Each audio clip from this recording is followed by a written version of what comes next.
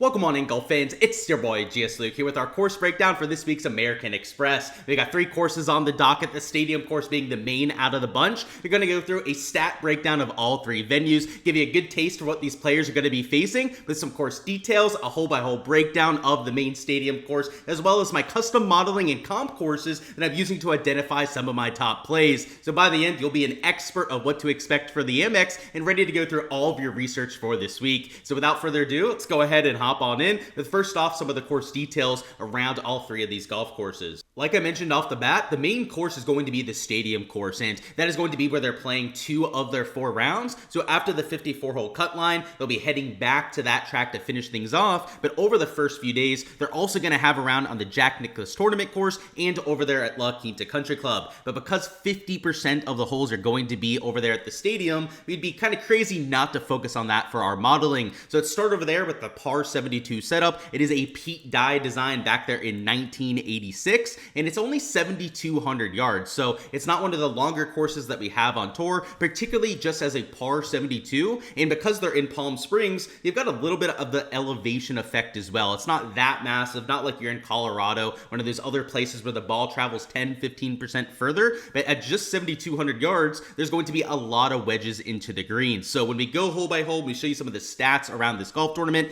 The stadium course is what we're referring to because it's there for 2 of the 4 rounds. Your agronomy is POA overseed on the greens. You've got some rye overseed in terms of your rough and fairways. So it's the first time we're seeing this kind of grass on the PGA Tour schedule, but for the next 2-3 months, we're going to get it almost every single week. So when we get to the custom modeling later, you're going to see that we're focusing on those sort of stats, as this is a predominant grass type that we're going to see for quite some time. So form on the surface can be translated from week to week, and it's something over the next month or so that we're really going to be tracking. You got about 7,000 square foot greens around this track. You got 90 sand bunkers in play, water in play on 8 of the 18 holes. And out of the 3 different golf courses that we have this week, the stadium course is the quote-unquote most difficult of the 3. It still plays 1.5 to sometimes even 3 strokes under par though, so it's not a difficult golf course by any means. It's just that these other 2 are especially soft, and particularly La Quinta Country Club. So let's start there. La Quinta is more of a resort style course. It's a country club as opposed to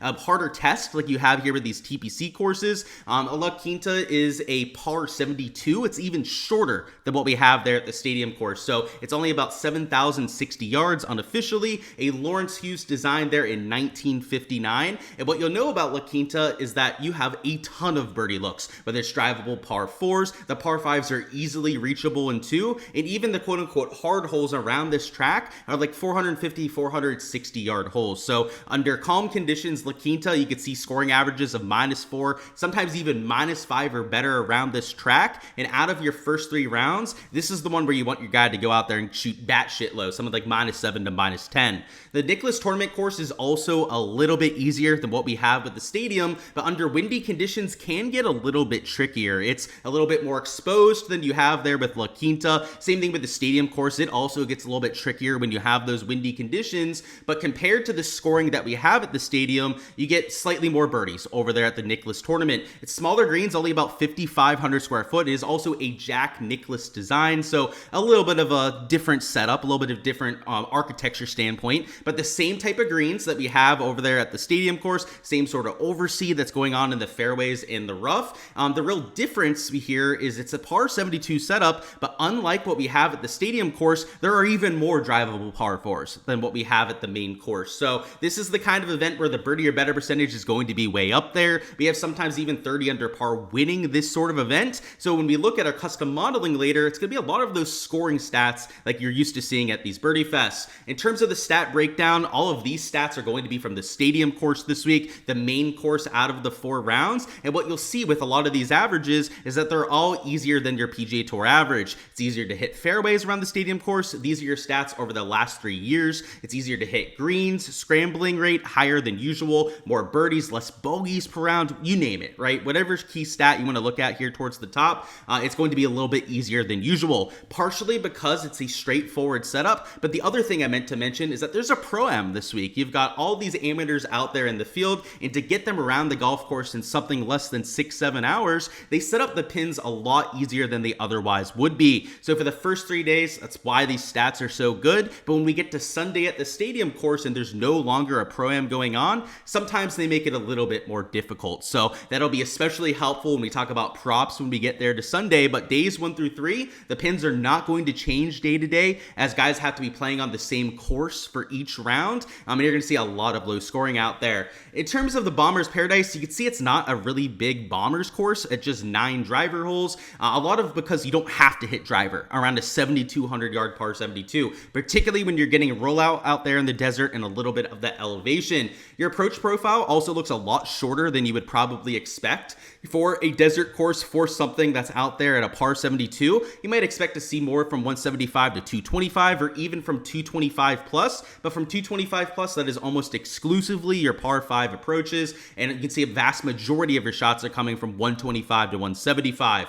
Around the green, not much to note here other than a lot of around the green shots off of the fairway. The stadium course, like all Pete Dye designs, has those shaved fairway areas around the green, which has some really difficult up and downs. And then your putting around the AMEX is a little bit easier than usual on the PGA Tour. They've got some flat greens, particularly at Quinta in the Nicklaus course, that players can go out there and take advantage of. So that's the stat breakdown. Again, only out there for the stadium course. But now let's go hole by hole, give you guys an idea of the main course for this week and the shots required around Pete Dye Stadium.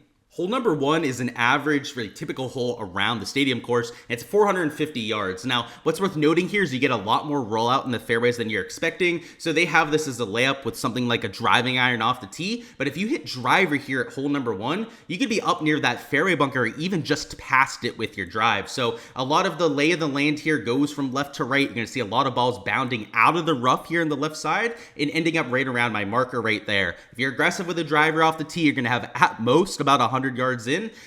If you lay up with a 3-wood, something like that, probably around a pitching wedge in. Hole 2 is 371, another one of these positional par 4s. Honestly, it's almost the same exact holes you have with hole number 1. This one's a little bit of a better idea to lay up, as if you take driver, it just brings on a lot of unnecessary risk. So you're going to see a lot of people here going with less than driver, but even doing so is going to leave you about 100 yards at most. So you can see where a lot of the scoring is going to come from. If you miss these diabolical, really tricky greens, you could have some trouble getting up and down, but the pin locations aren't going to be death for the first 3 days. Hole number 3 is 469, goes the opposite direction, a little bit beefier, but if you hit a good drive here, you're going to get some extra rollout. So they have this at about 300 yards. Your average drive is probably going to be closer to 310, 320 with the kind of rollout that you'd expect, and that leaves you less than 150 yards and in. Hole 4 is 192, so your first par 3. Worth noting that this par 3 green is a little bit smaller than some of the others out here on property, so I would say one of the trickier holes that you have around here. Hole 5 is your first par 5. It is 540. The water down the left is in play, particularly if it's playing into the wind, but some of your long bombers can take it out of play, particularly if it is playing in the opposite direction, downwind, that would be. So it is a reachable par 5. You do have the water down the right as well, and I believe this is where Xander Schauffele ended up making the Albatross a few years back, and it was towards like the back right pin location. Not exactly the pin that you would expect to make one of those. Hole 8 is 252. It is your second par 3. This is the hardest approach shot that you're going to have the entire day, partially because the green isn't all that large and you have the water in front, but this is about as hard as it gets around all 3 tracks. There's really nothing harder than hole 6. Hole 7 is 351. This is another shorter positional par 4, one that you just can't hit driver on. So kind of like you had there with hole 2, there are holes around here where you just can't take the big stick, but even if you lay up with an iron off the tee, you're going to have at most about 100 yards in.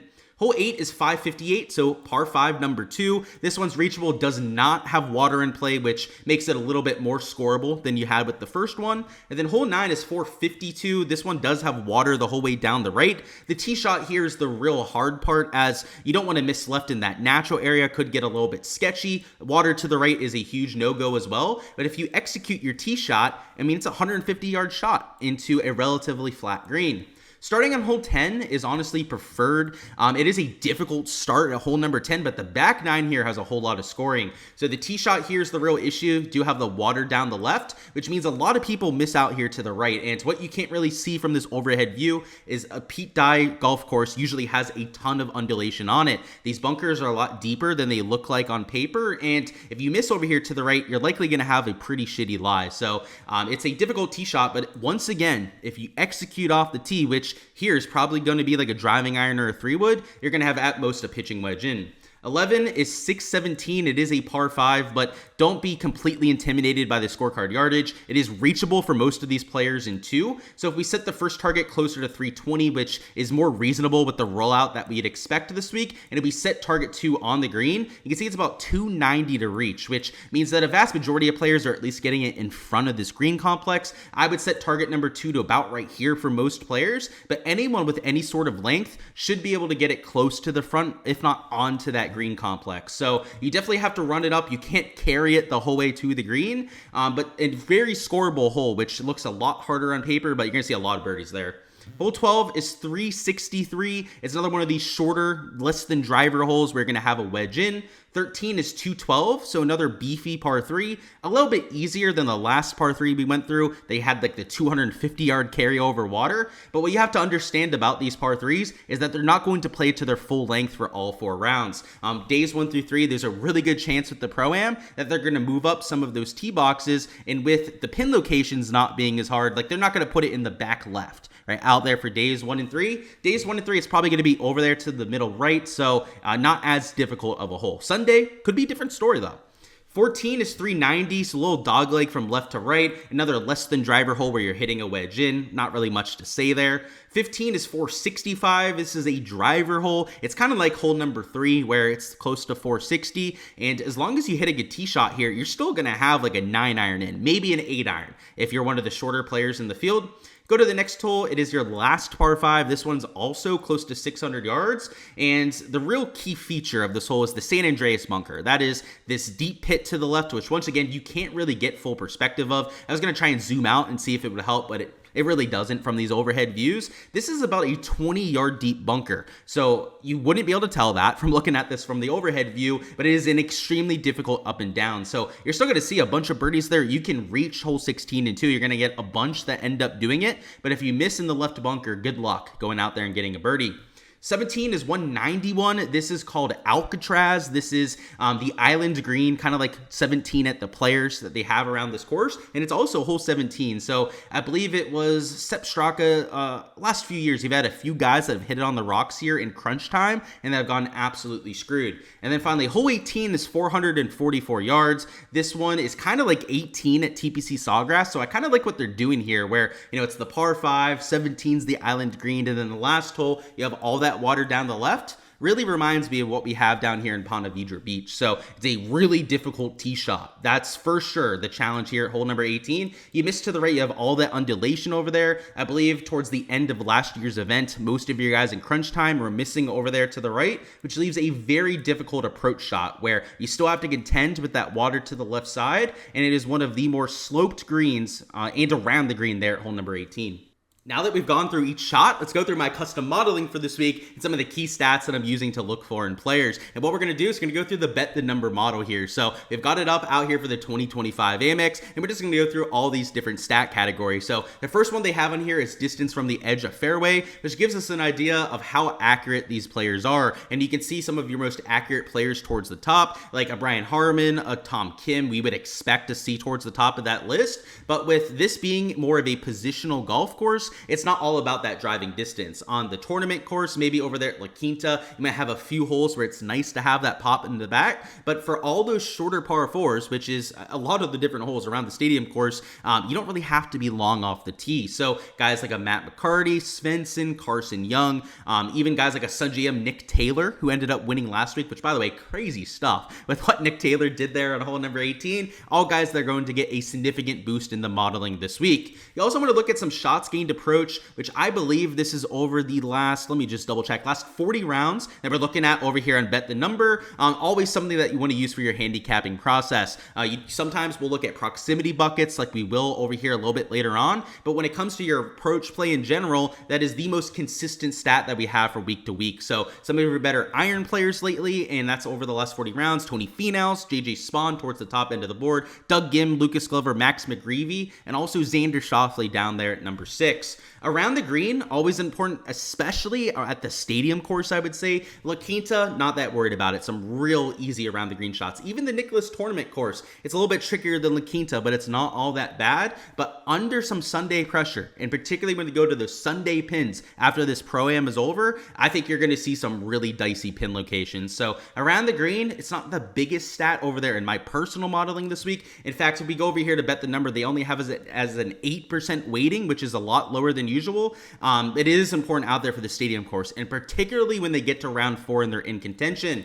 These shots gained putting stats are out there from the POA overseed surface. So if you go over here to the Bet the Number model and you click on the filtered courses, you're going to see it's a lot of the courses that we're going to over the next few months. So as I mentioned before, we're going to see this POA overseed for a lot of the early parts of 2025. And some of the best putters on that surface include Mackenzie Hughes, who's gaining over a stroke putting per round, Xander, Ben Griffin in that same sort of stratosphere, Denny McCarthy, always one of the best putters, but they got Kuchar, Day, Bazanehoot, Taylor Montgomery towards the top of that list, and maybe a few surprising names. A Tom Hoagie really likes to putt on this POA overseed, so he's somebody to keep an eye on over the next few months.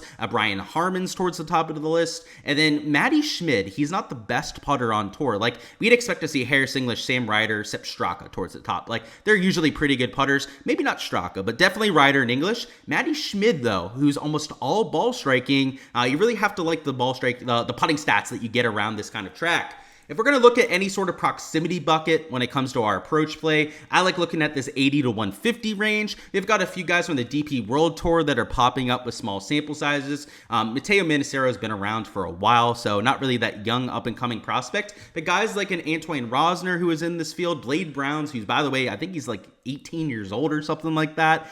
You might want to throw some of these small sample size guys out, but from that 80 to 150 range, people love playing some Lucas Glover. You can see that he's the best out of anyone in this field. They've got McGreevy, JG Spawn towards the top, and Andrew Putnam there just below Lucas Glover. This is where a lot of those birdie opportunities are going to come from. On those holes where you're laying up off the tee with a 3-wood or a driving iron, you're going to be left with something in this range. Putting from 10 to 20 feet, just like we had for the Birdie Fest last week. Sony Open was a lot of just making those makeable birdie putts. It's going to be a lot of the same this week. And then birdie or better percentage as well, which is always important when we get to an event where you might have 25 to 30 plus under par winning. Guys that have been the best in birdie or better percentage, which I believe this is also the last 40 rounds. Yeah, it is. Over the last 40 measured rounds, you get Harry Hall towards the top, Sungjae Im, who's been playing in some of the better fields. Michael Thorbjornsen did just withdraw from his last event, so we'll have to make sure that he's doing okay health-wise. But guys like Grazeman, who's a really good putter towards the top, Johnny Vegas, who's had a resurgence over the last 4 or 5 months.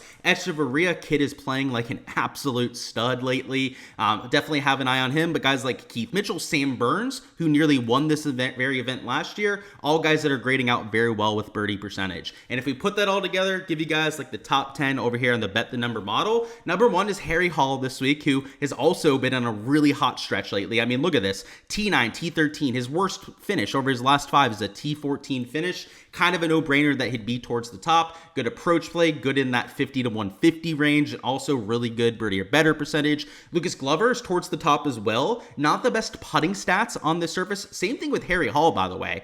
Don't want to completely ignore that red category there, as Harry Hall is normally one of the best putters that we have out here on tour. Has not been very good on this POA overseed. So maybe the first one that kind of really sticks out to me would be a Ben Griffin. I am a sucker for playing him. I mean, I bet him last week at the Sony Open, so I might have to consider it again because of how good he is on this POA overseed. But you also got Matt Kuchar. He's done very well on this POA overseed. But if we're looking for guys that can make a ton of birdies, like Ben Griffin's a very aggressive player. Xander Schauffele, enough said. Like, I don't think I had to tell you that. But Denny McCarthy, he can make a lot of birdies, especially when he's got that putter rolling. And Mackenzie Hughes, I know we play him at, short game tracks, but at a birdie fest like that, like this could kind of be one of those events. But Tom Hoagie, I've got to say, out of everyone that I've seen so far, I think Tom Hoge might be my favorite play because you look at the last few events, he gained 3.7 strokes approach last week, over 5.5 strokes at the Century, which is one of the strongest field events that we have in the entire year. And he's been decent putting. I mean, that's why he's had the T8 finish. I mean, last week it was all the off the tee that kind of killed him, but he's been okay putting. And now we get him on a surface that he's historically gone out there and killed. I might have to consider taking a top 10 or top 5 bet out there for my guy Hoge. But those are some of the stats out there for the AMEX and what you should be looking for out there in your players. There aren't a ton of comp courses that I particularly love for this week just because we do have the 3-course setup, but I do have a couple I want to point out here that have the same kind of agronomy as what we're going to get for the 2 main courses this week, and that maybe have the same kind of shots as what you're going to see around the Pete Dye Stadium course. So first off, we got the Valero Texas Open, same type of greens, that POA Overseed that we're seeing at this week, and it's a shorter, more positional golf course. A lot of holes where you're not hitting driver off the tee and leaving yourself something from 100 to 150 yards. That shares a lot in common with what we're going to see around the stadium course, which is why I wanted to take a look at it. And if we take a look at some of your past performers, this is not the right leaderboard here towards the bottom. You'll see that it's a lot of guys that don't overpower a golf course with its power.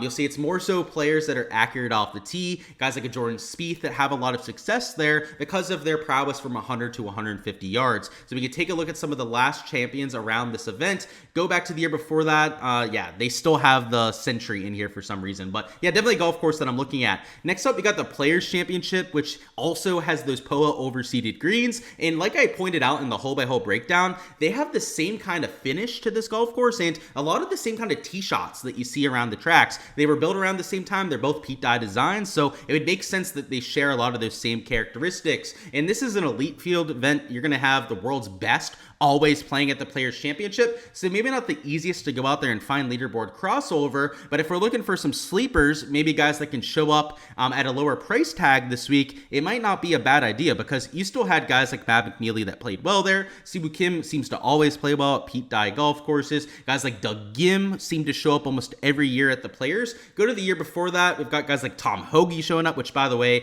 Tom Hoge is looking like he's going to be a play for us this week. But Cam Davis, a Sun JM, we saw him showing up a few times. And you go to that back to the year before that, that's the year where Cam Smith ended up winning, which by the way, I was there right behind him on 17 when he hit that nutted shot in regulation. But you got Doug Gim showing up there once again, positional guys like a Russell Knox, even like an Adam Hadman would be a little bit surprising to see showing up there. And then yeah, Sepp Straka back in 2022, maybe a little bit of a surprising name to see towards the top. So more of your positional sort of players, and it's not a perfect comp as one is out there in the desert in Palm Springs, one's down here in Florida, but a lot of the same kind of shots at each track. And then the last one we have here is going to be the Cognizant Classic in the Palm Beaches. That is another course with these POA overseeded greens, and you've also got yourself a more positional sort of golf course. A lot of layups around Cognizant, not a lot of times you're just banging driver out there, as opposed to some of the par 5s you might be able to do so, but every other hole it's usually a 3-wood at most around the Cognizant. So you had guys like Austin Eckroat winning, but more positional players showing up towards the top. You're still going to get guys like Cam Young that are elite tier players showing up, same with like Minwoo Lee,